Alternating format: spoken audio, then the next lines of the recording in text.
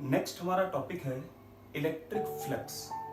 तो electric flux पे numericals या फॉर्मूले पढ़ने से पहले हम लोग विजुलाइज करते हैं कि इलेक्ट्रिक फ्लक्स एग्जैक्टली होता क्या है।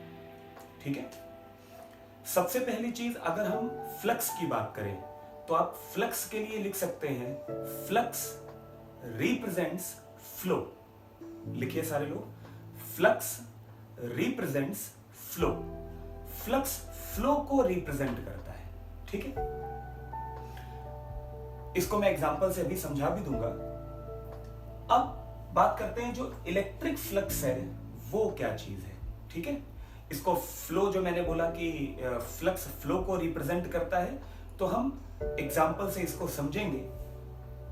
इलेक्ट्रिक फ्लक्स की अगर हम बात करें तो इसकी डेफिनेशन है, it is defined as number of electric lines.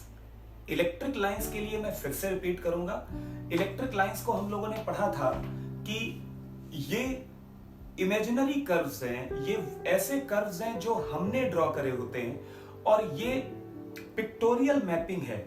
Field किसी कोई चार्ज है वो अपने आसपास के रीजन में किसी टेस्ट चार्ज को किस तरीके से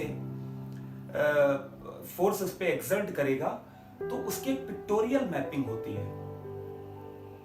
तो फ्लक्स को बताने के लिए भी हम इलेक्ट्रिक फील्ड लाइंस की हेल्प ले सकते हैं।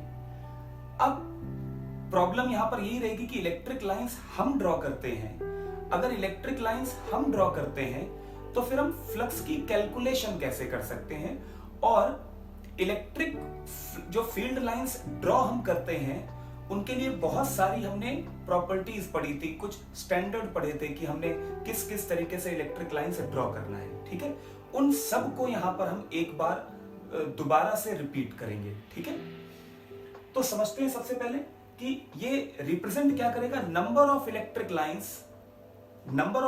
Lines passing through a surface perpendicular to it. तो किसी सरफेस के परपेंडिकुलर पास होने वाली जो नंबर ऑफ इलेक्ट्रिक लाइंस हैं वो रिप्रेजेंट करेगा इलेक्ट्रिक फ्लक्स। डन।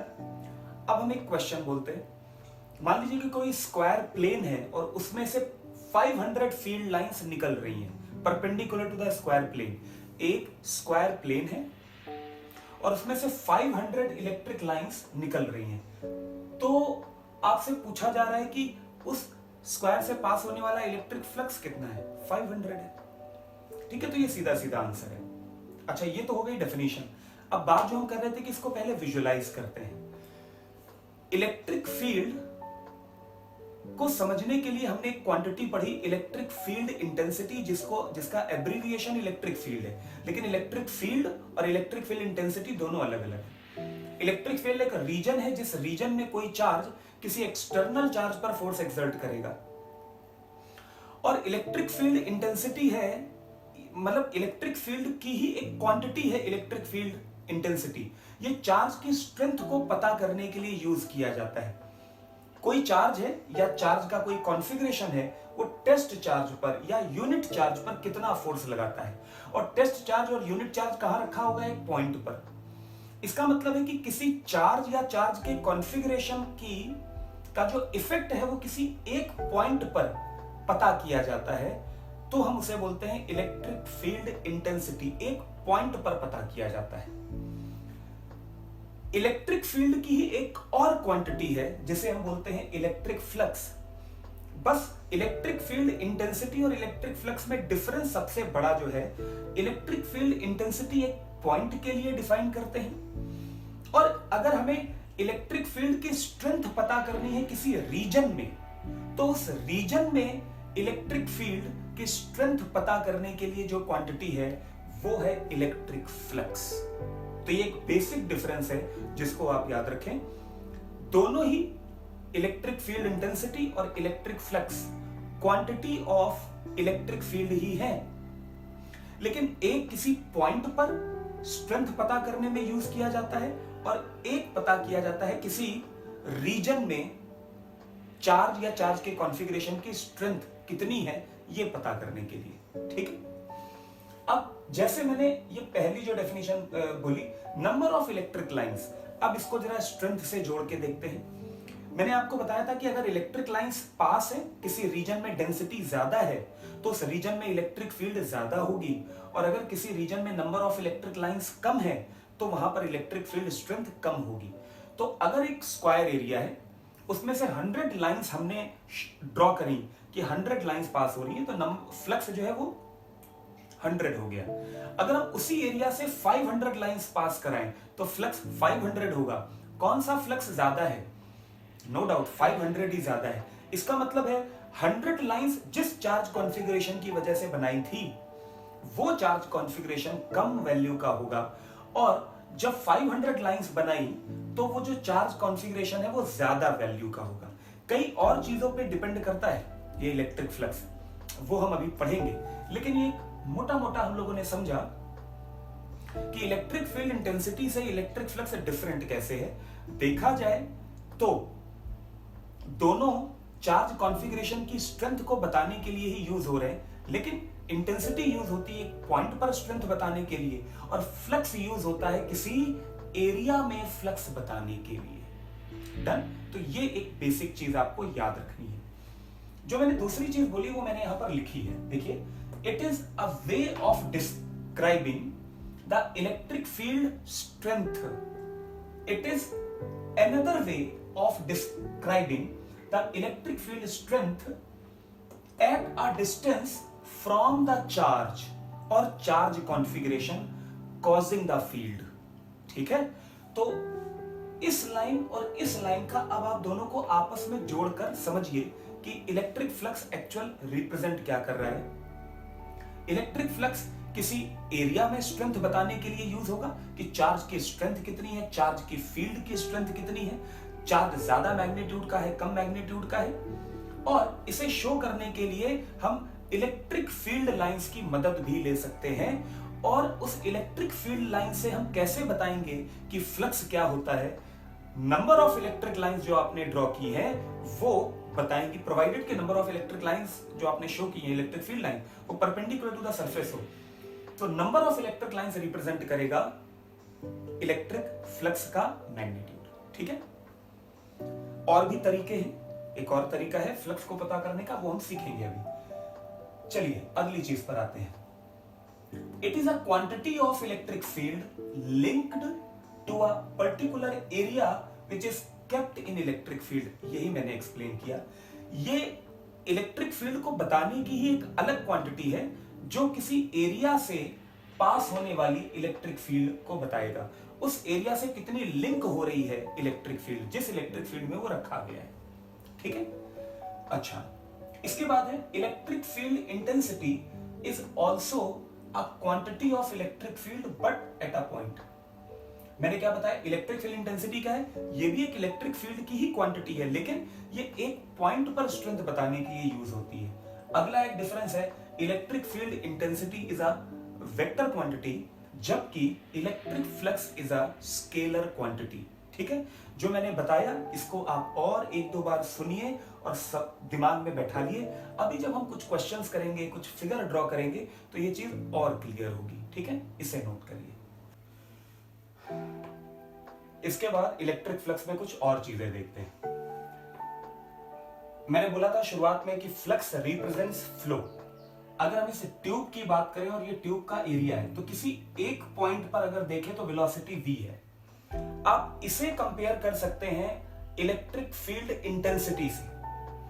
तो यहां पर जो इंटेंसिटी है फ्लो की वो v है, और आपको पता करना है कि मतलब एक तो इंटेंसिटी ये भी है कि कितना पानी निकल रहा है किस स्पीड से, एक ये भी है कि पानी के फ्लो का एक और तरीका है पता करने का कि वॉल्यूम पर सेकंड कितना निकल रहा है।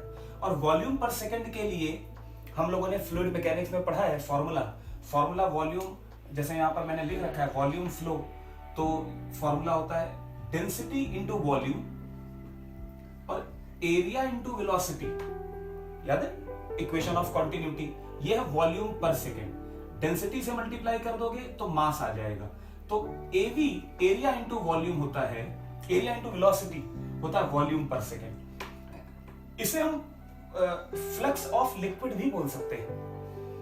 एग्जैक्टली इसी की तरह अगर हम इलेक्ट्रिक फ्लक्स को इसका एनालॉगी माने तो हम इसको बोल सकते हैं it is an analogous quantity. इसी की तरह हम यहां पर भी इलेक्ट्रिक फ्लक्स को बोल सकते हैं, बस डिफरेंस केवल ये है लिक्विड आपको फ्लो होता हुआ दिख रहा है, ये फिजिकल क्वांटिटी आपको फ्लो होती हुई नहीं दिखेगी, ठीक? तो रियलिटी में फ्लो होती नहीं दिखेगी, लेकिन कॉन्सेप्ट उसी के जैसा है। Electric flux is not physically observable quantity flow, ठीक है? कैलकुलेट कैसे करेंगे? इलेक्ट्रिक फील्ड किसी एरिया से लिंक है, आपको ये देखना है कि एरिया के साथ इलेक्ट्रिक फील्ड कितना एंगल बना रहा है, और ये जो फ्लक्स आया E डॉट ए, इसको आप लिखोगे E A cos theta, where theta is angle between E and A। ये है फ्लक्स को कैलकुलेट करने का तरीका। Flux passing through a surface, flux linked with a surface, ठीक है? अब इसी को हम लोगों ने बोला था नंबर ऑफ इलेक्ट्रिक लाइंस, तो आप लिख सकते हैं नंबर ऑफ इलेक्ट्रिक लाइंस और ये फ्लक्स एक ही बात है।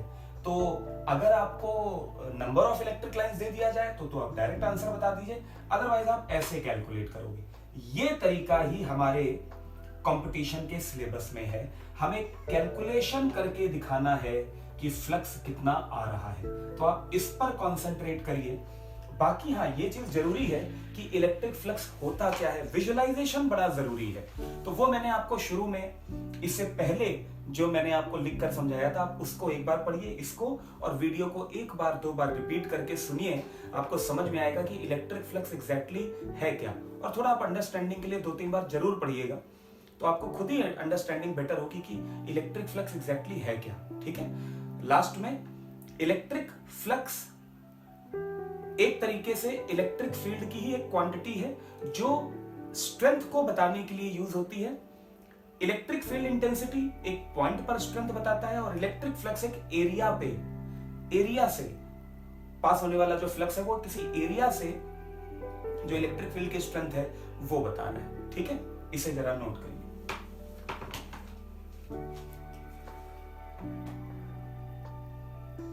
इलेक्ट्रिक फ्लक्स को बताने के लिए हम लोगों ने एक फॉर्मूला लिखा, flux is equal to E dot A, flux is equal to E dot A, ठीक है? अब यहां से एक तो हम यूनिट पहले तैयार कर ले कि यूनिट यहां से कितनी आएगी वो देख लीजिए। इलेक्ट्रिक फील्ड की यूनिट थी F अपॉन क्यू फॉर्मूला, तो न्यूटन पर कूलम, तो न्यूटन पर कूलम इंटू मीटर स्क्वायर, तो न्यूटन मीटर स्क्वायर पर कूलम इलेक्ट्रिक फ्लक्स की यूनिट हो गई। न्यूटन मीटर स्क्वायर पर कूलम इलेक्ट्रिक फ्लक्स की यूनिट। अब इसमें ये देखिए एरिया वेक्टर है, तो एरिया वेक्टर के लिए आप हमेशा के लिए याद रखिए एरिया वेक्टर की डायरेक्शन क्या होगी। तो एरिया वेक्टर की डायरेक्शन है always outward perpendicular to the surface, always outward perpendicular to the surface। जैसे अगर आप इस बोर्ड के लिए देखें तो आउटवर्ड परपेंडिकुलर ये होगा, ठीक है? आप अपने मोबाइल पर देख रहे हैं तो मोबाइल फोन से आउटवर्ड परपेंडिकुलर आपकी तरफ। लैपटॉप के लिए लैपटॉप का स्क्रीन, मोबाइल का स्क्रीन या डेस्कटॉप का स्क्रीन आउटवर्ड परपेंडिकुलर, ठीक है? आपके ऊपर जो सीलिंग है उसके लिए आउटवर्ड परपेंडिकुलर नीचे की तरफ आएगा, फ्लोर के लिए आउटवर्ड परपेंडिकुलर ऊपर आएगा, आपके लिए जो राइट साइड की वॉल है उसके लिए आउटवर्ड परपेंडिकुलर आपकी साइड, जो लेफ्ट में वॉल है उसके लिए आउटवर्ड परपेंडिकुलर आपके बैक में जो वॉल है आउटवर्ड परपेंडिकुलर, फ्रंट में जो वॉल है आउटवर्ड परपेंडिकुलर, ठीक है? तो इस चीज को आप याद रखिए। एरिया वेक्टर की डायरेक्शन कैसे ली जाएगी? एरिया वेक्टर की डायरेक्शन हमेशा होती है आउटवर्ड परपेंडिकुलर। अब अगर हम किसी प्लेन सरफेस को ले, ये प्लेन सरफेस ऐसे है, ठीक है? आपको केवल एक लाइन दिख रही है, ये इस तरीके से बोर्ड के परपेंडिकुलर। एक ऑब्जर्वर यहां लेते हैं, एक ऑब्जर्वर यहां लेते हैं, और ये हमने इलेक्ट्रिक फील्ड इंटेंसिटी को इलेक्ट्रिक लाइन से शो किया। ये इलेक्ट्रिक लाइन है जो कि सरफेस के परपेंडिकुलर है। तो यहां पर जो एरिया वेक्टर होगा वो ये है, और यहां पर जो एरिया वेक्टर होगा वो ये है, ठीक है? इस ऑब्जर्वर के लिए फ्लक्स E डॉट ए, E और A के बीच में एंगल 0 cos 0 की वैल्यू 1, प्लस ई ए। और इस ऑब्जर्वर के लिए अगर आप फ्लक्स देखेंगे तो फ्लक्स आ जाएगा वेक्टर ई डॉट ए, दोनों के बीच में एंगल है 180, तो माइनस ई ए। जिस ऑब्जर्वर के लिए इलेक्ट्रिक लाइंस बाहर आ रही हैं उसके लिए होगा इलेक्ट्रिक फ्लक्स प्लस। तो यहां पर एक साइन कन्वेंशन भी आप लिख सकते हैं। प्लस क्या रिप्रेजेंट करता है? It represents outward flux.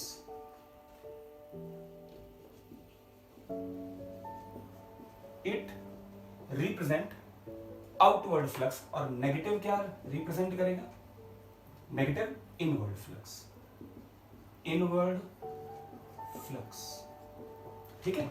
तो positive represents outward flux, negative represents inward flux. ये केवल और केवल साइन कन्वेंशन है। आप इसको ऐसे ही समझिए कि अगर एक सरफेस है, ये एक सरफेस है, तो फ्लक्स अगर जा रहा है तो ऑब्जर्वर पे ही सरफेस एक ही है।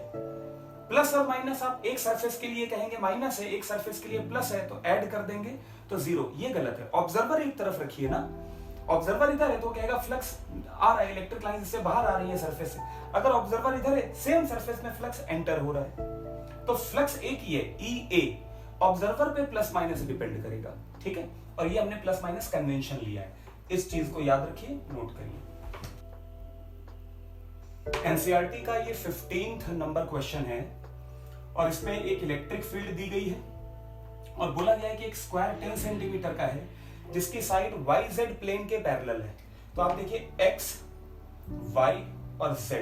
तो YZ प्लेन ये हो गया आपके लिए, X एक्सिस ये है। अगर ये YZ प्लेन है तो इसका परपेंडिकुलर क्या होगा? X, यानी कि जो एरिया वेक्टर है वो अलोंग X होगा। तो इसके आंसर में आप सबसे पहले पता करें एरिया वेक्टर, और वो होगा 10 × 10⁻⁻² whole square a square i cap, ठीक है। इसके बाद आप इसको फ्लक्स पता करने के लिए E डॉट ए लिख दें, और सबको पता है 11th में पढ़ रखा है, डॉट प्रोडक्ट में i को i के साथ मल्टीप्लाई करेंगे तो 1 आएगा।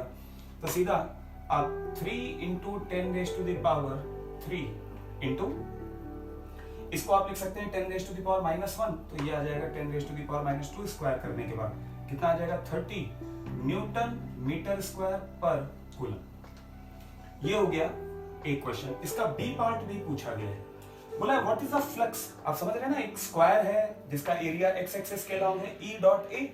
एंगल की केवल बात यहां पर समझनी है। What is the flux through the same square if the normal of the plane makes a 60 degree angle with x axis. अगर आपने इस प्लेन को x एक्सिस से 60 डिग्री पर, तो x एक्सिस के साथ एरिया वेक्टर 60 डिग्री पर अगर हो गया तो इलेक्ट्रिक फील्ड तो x एक्सिस पर है ना, एरिया वेक्टर हो गया इलेक्ट्रिक फील्ड के साथ 60 डिग्री के एंगल पर। तो अब आप फ्लक्स का फॉर्मूला क्या लिखेंगे? E A cos 60 कितना आ जाएगा? E A आपने कैलकुलेट किया है, cos 60 की वैल्यू होती है हाफ, तो आंसर कितना आ जाएगा? 15 न्यूटन मीटर स्क्वायर पर कूलम, ठीक है। एनसीईआरटी का क्वेश्चन नंबर 1.15 नोट करिए इसे। अगला एक पॉइंट है लिखा है यहां पर, अगर किसी क्लोज्ड सरफेस को आप किसी यूनिफॉर्म इलेक्ट्रिक फील्ड में रखेंगे, यूनिफॉर्म इलेक्ट्रिक फील्ड को इलेक्ट्रिक फील्ड लाइन से शो करना मैंने समझाया था। यूनिफॉर्म इलेक्ट्रिक फील्ड को शो करते हैं इक्वी डिस्टेंट पैरेलल लाइन से, ठीक है। अगर आप किसी यूनिफॉर्म इलेक्ट्रिक फील्ड में किसी क्लोज्ड सरफेस को रखते हैं तो नेट फ्लक्स जो उससे पास होगा वो हमेशा जीरो होगा। और रीजन बड़ा सिंपल है, ये कैसी भी क्लोज्ड सरफेस है, इसमें से जितनी फील्ड लाइंस सरफेस के किसी हिस्से से अगर एंटर होगी तो उतनी ही फील्ड लाइंस उस क्लोज्ड सरफेस के किसी दूसरे हिस्से से एग्जिट होगी। तो इनवर्ड फ्लक्स और आउटवर्ड फ्लक्स दोनों बराबर होगा। जितनी number of electric lines inward flux के साथ एसोसिएटेड होंगी उतनी ही number of electric field lines outward flux के साथ एसोसिएटेड होंगी, तो नेट फ्लक्स आएगा हमेशा जीरो। अभी हम लोगों ने इससे पहले क्वेश्चन किया, उसी क्वेश्चन में जो आपको इलेक्ट्रिक फील्ड दी गई थी, अगर आप उसी क्वेश्चन में करें कि एक क्यूब को उस यूनिफॉर्म इलेक्ट्रिक फील्ड में रख दिया जाए। अगर आप किसी क्यूब को उस यूनिफॉर्म इलेक्ट्रिक फील्ड में रख दें। ठीक है, तो बोला जा रहा है कि इस ट्यूब से पास होने वाला नेट फ्लक्स कितना होगा? 0। ऑब्वियस सी बात है, जितनी फील्ड लाइंस यहां से एंटर होंगी उतनी ही फील्ड लाइंस यहां से एग्जिट होंगी। आप इसको ऐसा समझे, इसमें जो टोटल सरफेसेस है ट्यूब में वो है टोटल नंबर ऑफ सरफेसेस 6। जैसे 2 ये सरफेसेस हैं, फील्ड लाइन एंटर ऐसे हो रही है, तो फील्ड लाइन और एरिया के बीच में अगर आप देखें एंगल, फील्ड लाइन इधर है, एरिया वेक्टर, तो दोनों का फ्लक्स 0। कैंसल आउट होने की वजह से नहीं है, क्योंकि फील्ड लाइन एंटर ही नहीं हुई ना एग्जिट हुई, पैरेलल टू द सरफेस निकल गई और एंगल सरफेस के बीच में बना 90 डिग्री, तो फ्लक्स हो गया 0।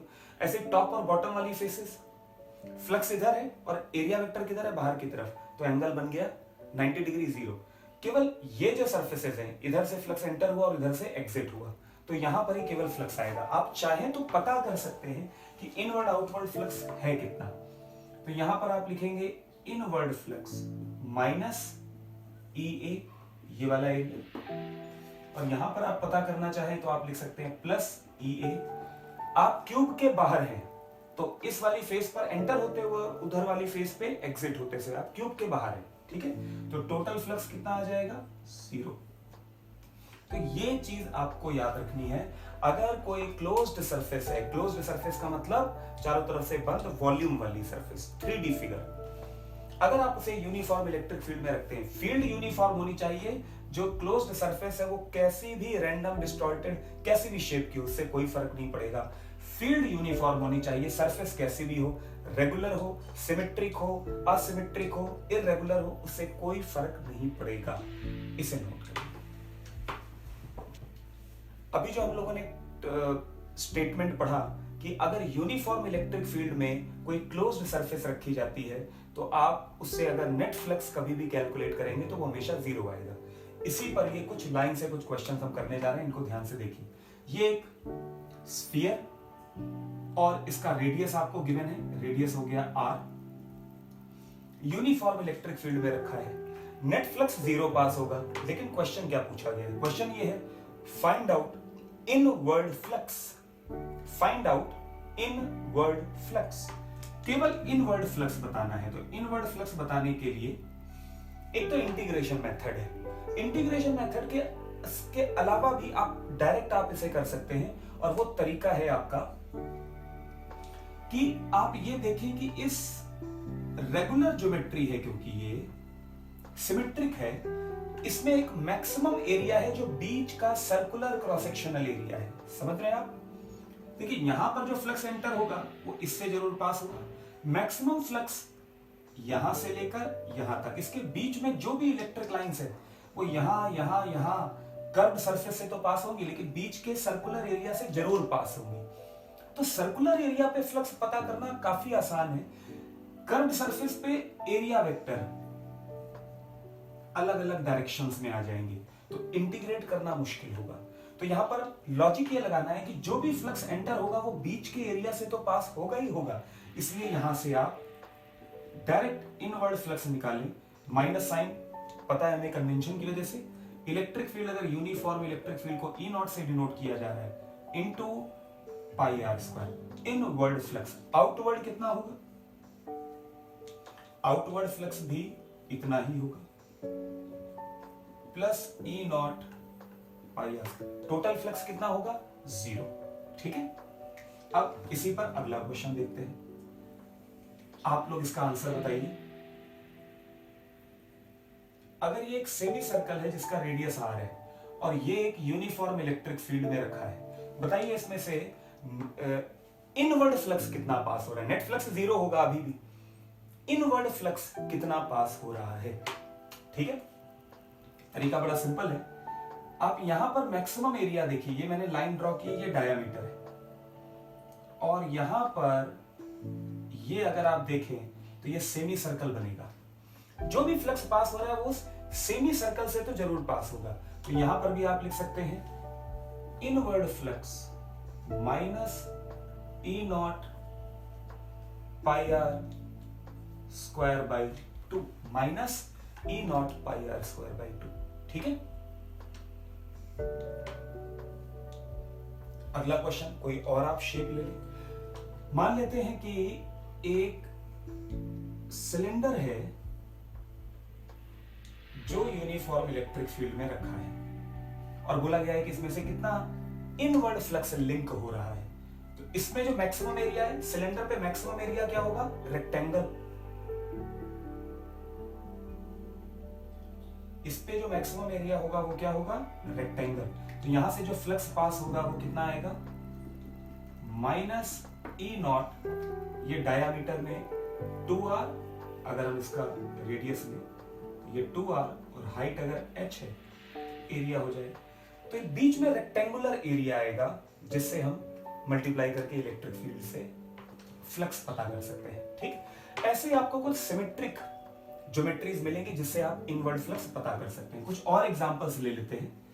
ये हो गया एक सॉलिड स्फीयर, ये हेमिस्फीयर और ये सिलेंडर। ठीक है, अगला है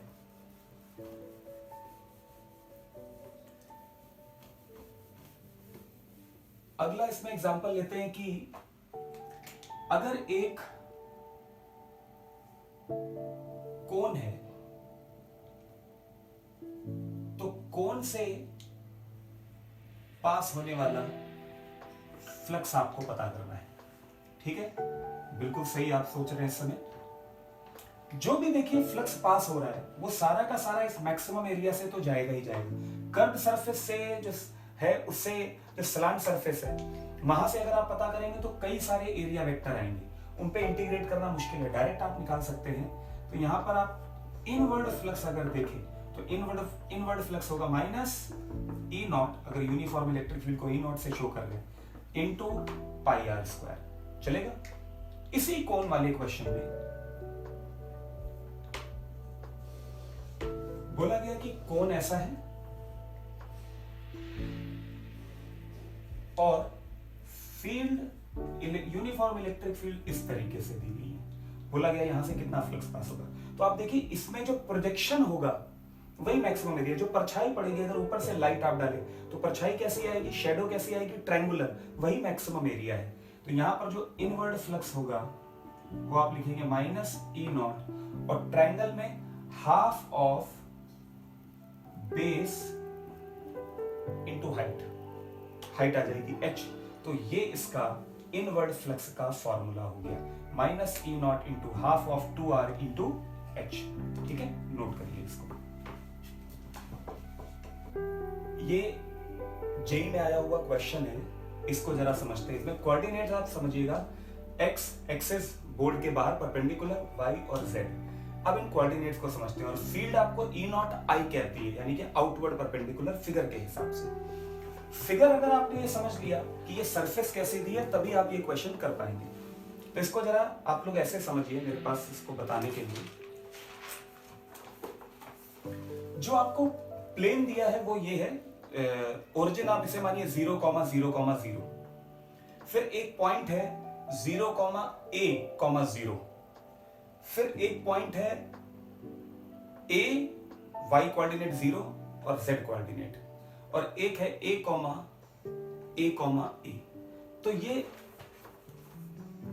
ऐसा इंक्लाइंड सरफेस है एक्स एक्सिस की तरफ।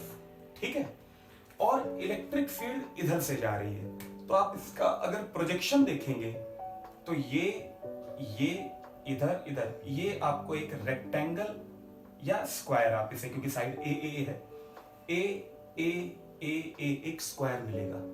ठीक, तो बस फिगर समझना इंपॉर्टेंट है।